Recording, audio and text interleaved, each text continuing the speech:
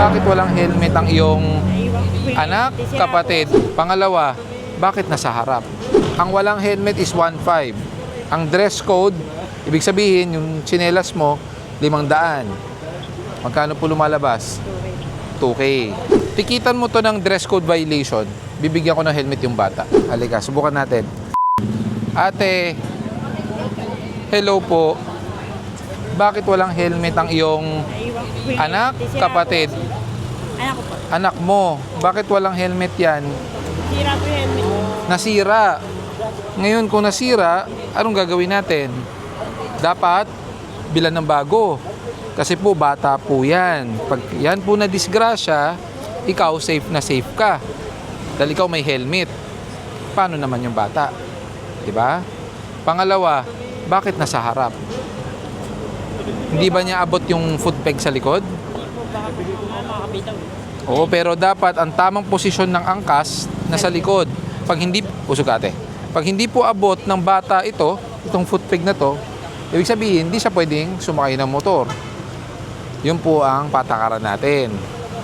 So ngayon, alam mo ba kung anong violation mo?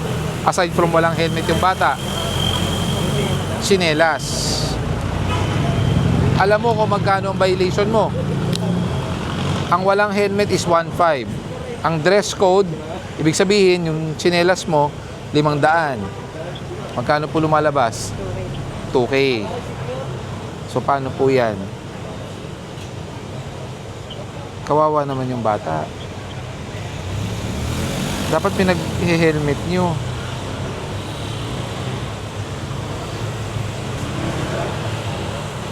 Sa inyo po ba yung motor? Asawa ko. Sa asawa mo. Sira yung helmet. So, hindi pa nabibilan. Ba't di mo bilan? Kailan pa nasira?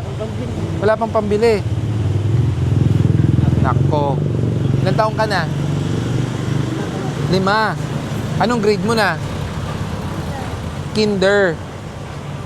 Lagi kang sumasakay ng motor? Kailan ka pa walang helmet? Matagal na. Hindi pa naman. Last week lang. Last week. Alam mo bang hindi safe pag wala kang helmet?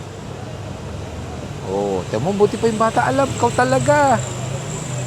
Maala. Tikitan mo to ng dress code violation, bibigyan ko ng helmet yung bata. Pahinga ng helmet pang bata. Oh, 500 na lang, ha? I-impound ko yung unit po ninyo, sir. Bigyan na lang kita helmet para hindi na bumili si mami mo. Saka para safe ka, 'di ba? Ulitin natin, bakit kailangan mo ng helmet? Para safe, yan. Dapat ang safety, lalo na pag magmomotor, inumpisahan natin sa mga bata, lalo na sa mga anak, 'di ba? Napakahalaga po niyan. Halika, suot natin. Okay lang sa'yo, Super Mario? Halika, subukan natin. Yan. Ito, luwagan natin para maikabit natin. Yan. Okay sa'yo? Hindi masikip. Hindi maluwag. Tama lang. Ito, baba natin. Alam mo bakit? Para pag nagmumotor ka, hindi ka mapuwing. Okay? So okay na. May helmet ka na. Pwede ka na magmotor. Pauwi ka na? Okay. Sige. Bye-bye.